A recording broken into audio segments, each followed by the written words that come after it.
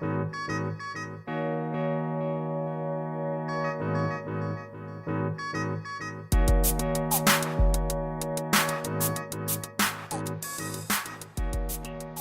hello, I'm Pastor W. Kenan Porter, pastor of Macedonia Baptist Church, your eternal life ministry. And today we'll be bringing to you our weekly Bible study, which will be coming out of the Gospel of John, chapter 3. Now, we started last week and we were talking about John and our ministry, as you have familiar, and those of you who are just tuning in, is that I am doing a federal ministry called the Eternal Life Ministry. Go out over Facebook or with that ministry, as well as YouTube. If you'd like to connect with me on YouTube, you just go and just put in William Porter, and that will pull up my YouTube channel. Now, there are other William Porters as well, but you can kind of differentiate between me when you go through them. Or I'm using my name now basically as W. Kenan Porter. The reason I'm using W. Kenan Porter because as a very young child, my mother wanted me to be named Kenan first. And she had my father register me in the first grade as Kenan William Porter. Well, as I got older and a little bit more in school registering, I still went back under the name of William. And I stayed with that name for a long time until I was always called William K. or WK. But when I got more into the ministry, I saw the name Kenan because it's spelled Kenan. And I saw it in the Bible. And when I looked at it, and I got a chance to realize that the name Kenan, which I am named, is also the Hebrew name for the Canaan, Kainan, for the land of Canaan, which actually means promised land. And so I decided then, my mother passed away in 2003.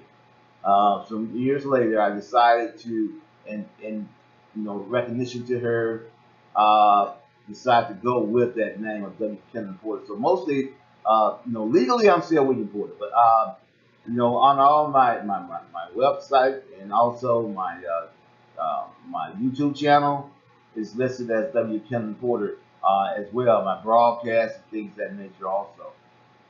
Even have my church members started calling me W. Kenan Porter. Sometimes they still call me William, or Will, or WK. But that's just to know you, letting you know about why I'm going by that name. So if you type in on YouTube W. Kenan Porter, then also my YouTube will come up as well. Now, getting back to our lesson today, John chapter 3. And last week we left off around the 14th verse. And I'll start reading from there, and then I kind of go back over and bring you up to date. Verse 14, chapter 3, verse 14 says, "And as Moses lifted up the serpent in the wilderness, even so must the Son of Man be lifted up, that whosoever believeth in him should not perish, but have eternal life." Now, that's the 15th verse, and we constantly talk about John, 3:16, but that's coming up next. But when we look at eternal life, the word eternal, anything that's eternal is everlasting. There's no end to it. And I truly believe that we were created as eternal beings. We were created in the image of God. And in our physical nature, we were created to be eternal. However, there's a part of us that it had to be obedient. That's why God gave us the commandment of obedience. I know it's about the tree, but it's the basic commandment of obedience. Why? Because we're being obedient to Him, to His Spirit. And in order for us to be as one, in order for us to maintain eternity, Then we just do the things that God knows that we should do. And then he has a purpose, he has a plan for it in order for things to happen, because that's his plan. And so for him to keep the plan, then he sent his son so that we can regain our eternity. Let's look at the next verse, which is verse 16. It says, "For God so loved the world that he gave his only begotten Son, that whosoever believeth in him should not perish, but have everlasting life." You know, let's look at that again. It says, "For God so loved the world that he gave his only begotten Son." Now, he loved the world. Why did he love the world? I would imagine he had his reason for loving the world, because the world belongs to him and the fullness thereof. I mean, God created everything. The Father, the Word, the Spirit, all in one. But then it was the Father, Word, and Spirit that said, "Let us make man in our own image." And let him have dominion over the world that he loved. Makes sense. Makes sense, doesn't it? That he loved the world, definitely he would love us. Check this out once again. It says, "For God so loved the world that he gave his only begotten Son, that whosoever believeth in him should not perish, but have everlasting life." You know, eternity and eternal living. I did a series a little while back called "The 5 Steps of Eternal Living," which is in YouTube right now. If you put it up in the search and you'll come to it. And, the thing about eternal living is one of the main things that we have to be obedient to God's word. We make some mistakes. I made some doozies very recently, But then when you're doing, you realize that you're off track. You got to understand that you have to get back on track. And it's a sacrifice when you get off to get back on. It can be easier to stay off track, But it is a challenge. And it is a commitment to get back on. That's what I had to do. And yes, I made some errors, I made some mistakes, but I have to get back on track. And God does not get off track. Neither did his Son, even in our body. And that's what Jesus was saying. He let them know that whosoever believed in him should not perish. Understand that now. He said, if we believe in him, we won't perish. That means that we're eternal. We oftentimes look at simple words, and because they're so simple, that it's difficult for us to understand or to rationalize that it's true. That if we believe in Jesus, we won't perish. That's the ministry of eternal living, eternal life, is to keep the believing in Jesus. And there are a lot that goes on along with believing in him. Now, I want us to look at the next verses. We're talking about eternal life, eternal living. Verse 17 goes like this. "For God sent not his Son into the world to condemn the world, but that the world through him might be saved. There is no condemnation that believes in Jesus Christ." Let's say he didn't send his Son to the world to condemn the world. And oftentimes we look at certain things that happen or that Jesus might have done or said. It seems like it's condemnation to us in our mind sight, in our eyesight, in our mentality. But it is not condemnation. It is reverence. It is to reprove, to make us correct, to allow us to know what the truth is. He sent not his Son into the world to condemn the world, but that the world will be saved through him, have eternity. He said he sent not into the world to condemn the world, but that the world through him might be saved. You know, through Jesus Christ. You know, because the world was meant for condemnation when sin entered into the world. You know, so he's saying that that's the bottom line. Got with me? Okay.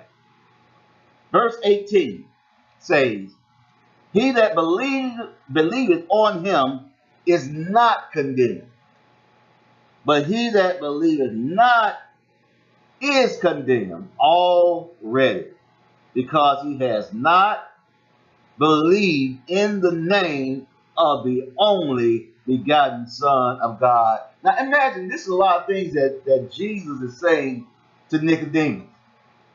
And Jesus saying this to Nicodemus, I'm sure he's expecting Nicodemus to go back and tell someone else, especially his brethren, the scribes and Pharisees, and his brothers of the Jewish nation, what he's telling him. He's a teacher. You know, we read it as though it's only talking to us, but we got to understand that Jesus was talking directly to Nicodemus at that time. No one else was around him but Nicodemus. You know, so he said, "He that believed on him is not condemned, but he that believeth not is condemned already." So what this tells us, before we even learn of Jesus, even before we understand who he is, we're already condemned. We're temporary. You know, it's amazing. I know it seems sometimes we may look at it as being unfair, but it is reality. And as long as we have this, we have nothing left. My message that I'm working on now is that all we have left is eternity.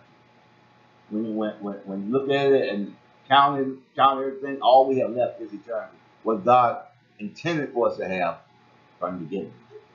Now I'm going to, after this Bible study, the message that I did Sunday, I'm going to play a portion of it right after this filming. So the next thing that you hear after we finish this will be a part of the message that I did on Sunday. But I just want to finish a little bit of this. It says that, once again, verse 18 says, "He that believeth on him is not condemned, but he that believeth not is condemned already." Why? Because he has not believed in the name of the only begotten Son of God. And believe in his name. You know?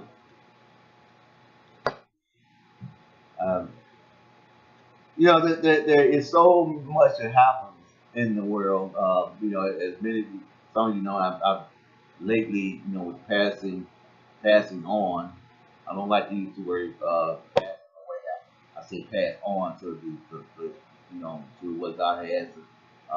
And to me, I feel strongly it's eternity. And my sister, who's part of the church, and my younger brother, who's also part of the church, even though he lives in Jacksonville, Florida.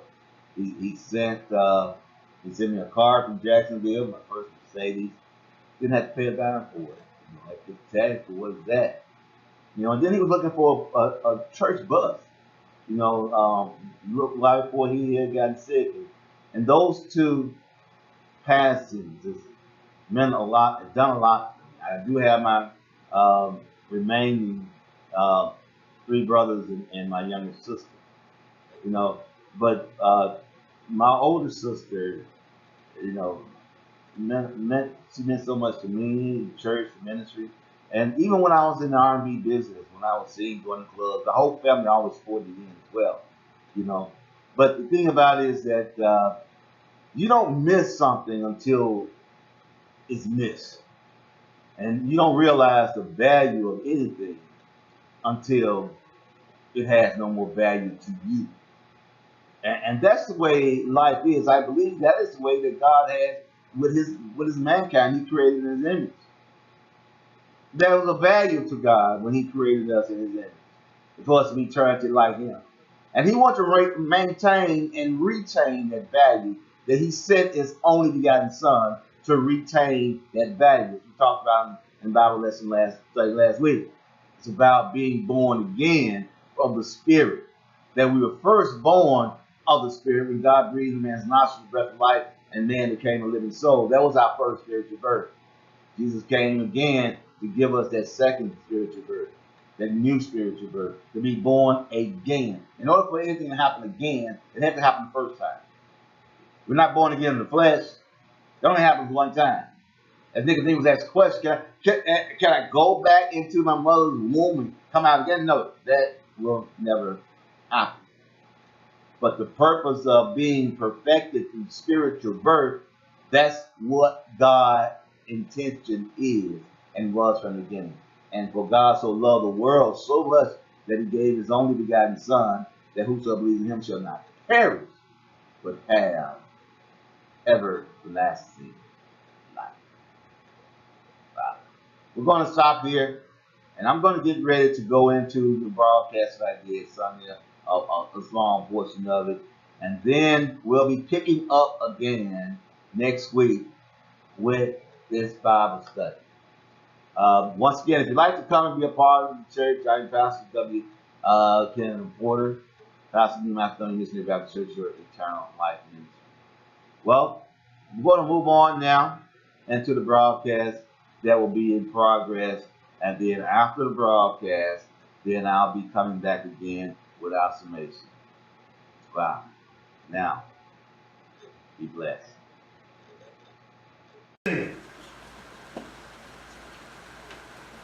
He said, he who has the Son has life. He who does not have the Son of God, not just a son, the Son of God does not have life. So how are you going to get it? Where is it going to come from? How are you going to find out where that Son is? You got to hear from somebody. You got to be able to understand where it is easy. First of all, they got to realize who the Son is. Yeah. Paul said, how can you hear? Somebody finish that. Without a what? A preacher. And how can he what? Preach. Unless what? He be sent. I have no idea who's sending who. I can't tell nobody that God hadn't sent anybody. But it will be up to them to show that they are going where God is sending them. Someone tells me that they've been called, okay, fine. I can't go to God and ask God, did you really call him? Even I may have subconsciously did that. I never did get an answer from God. I don't remember me even going to sleep and he telling me, no, bro, I didn't call that man. Or that woman. One thing Jesus did say, though, he said that they will be known by what?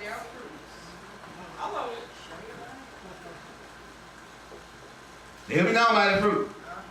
And then often that's even difficult sometimes. Because there's some trees that got some real good fruit. You know what I'm saying? You know, you gotta know, you gotta feel, you gotta know, so you gotta be in pocket. And over 24 years, I was not in pocket. I wasn't. Now I've been called not only to be a minister, a preacher, a pastor, but also to be an evangelist. And so the same words that you hear will go out all over the world. That's the position that God has me in place right now. And whatever happens from this point on, I have to be sent.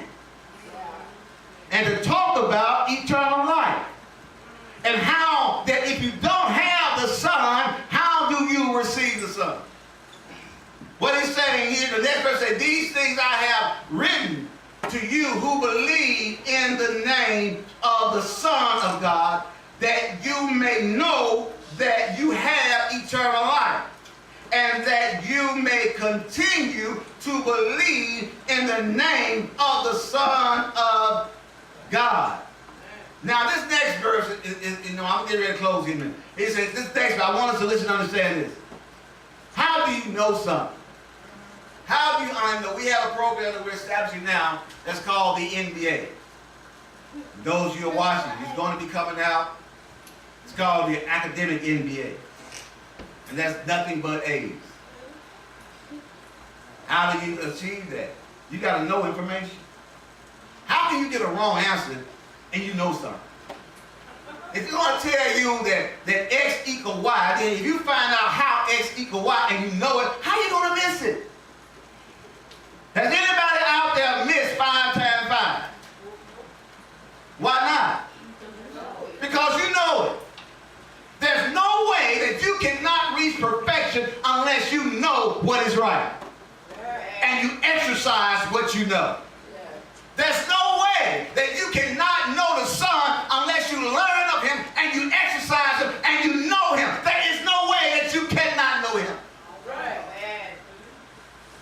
But a part of knowing him is exercising what you know.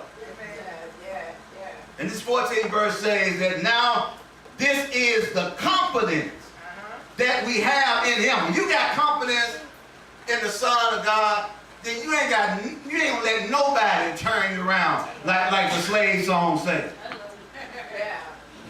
You ain't gonna let nobody turn you around when you got confidence on what Jesus is to you. Why? Because you wouldn't have nobody turn you around for something crazy. You wouldn't have somebody turning you around to sink or to die. God would know that you're lying. You have confidence. This is the confidence that we have in him. That if we ask anything according to his will. You know what we missed? What do we miss? Just it. His will. We forget about the will. We think more about the I. And we take the W off and the 2 L's and we just look at the I. According to his will. Now the word will is something, it's an action that is destined to happen and to succeed in happening. That's what a will is. When it's something that it will do something, it will do it, it won't stop unless it do it. Somebody tell you, I will knock you upside the head. You might as well get ready to get knocked upside the head.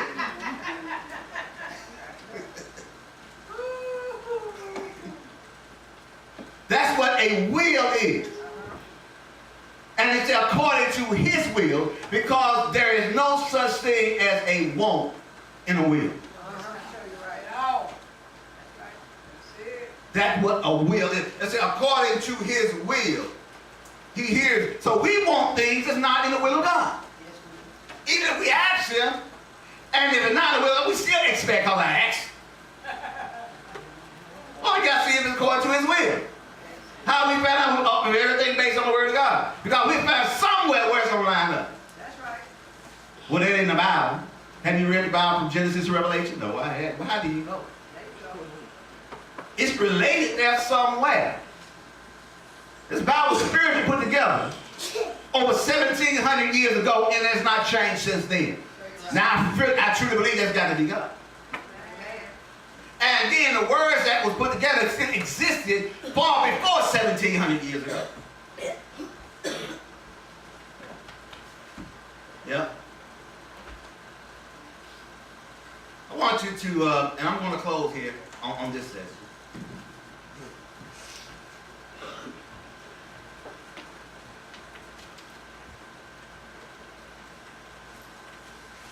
And let's turn to the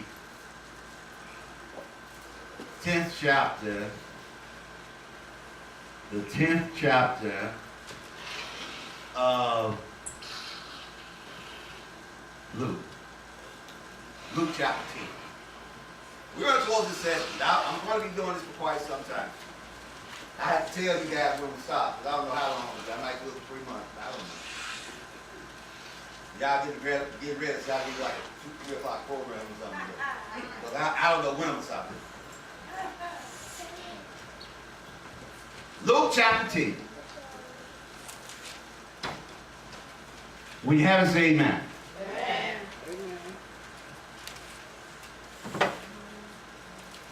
If you don't have it, say a woman.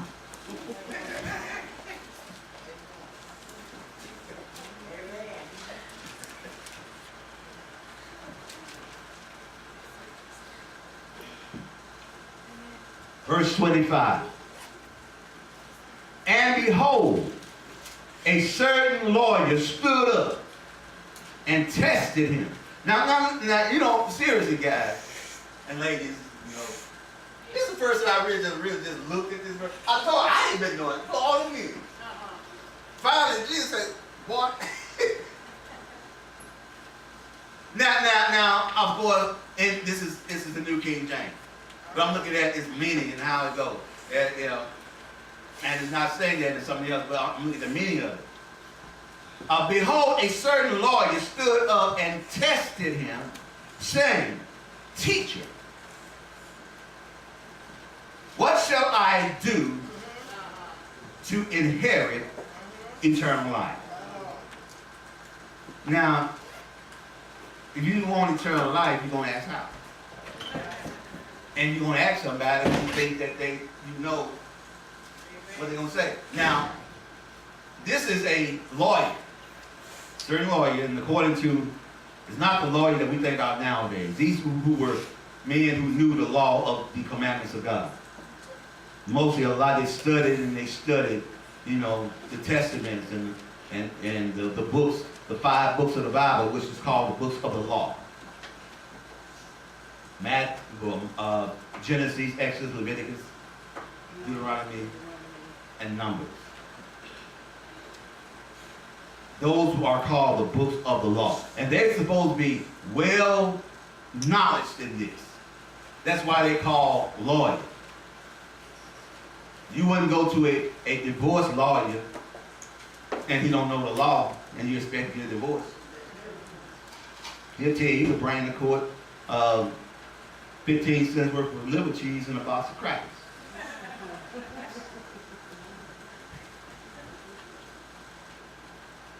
Here's how it goes. A certain lawyer stood up and tested him and saying, Teacher, what shall I do to inherit eternal life? And he said to him, what is written in the law? See, you a lawyer? So you studied the law, so what does the law say? Because it's got to be, but he was testing him to see what he knew. And this is what he said. He said, what is your reading of it? And then he answered and said, you shall love the Lord your God with all your heart, with all your soul, with all your strength, and with all your mind. And your neighbor as thyself. That's what it said. And your neighbor as thyself. And most times that never happens. Well, I hope you enjoyed the message. We're going to continue our series for a while. You know, all we have left is eternity. Well, I'm Pastor W. Kenan Porter, pastor of New Macedonia M B Church, your eternal life ministry. I'd like to leave you once again with this passage. For God so loved the world that he gave his only begotten Son, that whosoever believes in him shall not perish, but have everlasting life. Until the next time, may God richly enhance your life.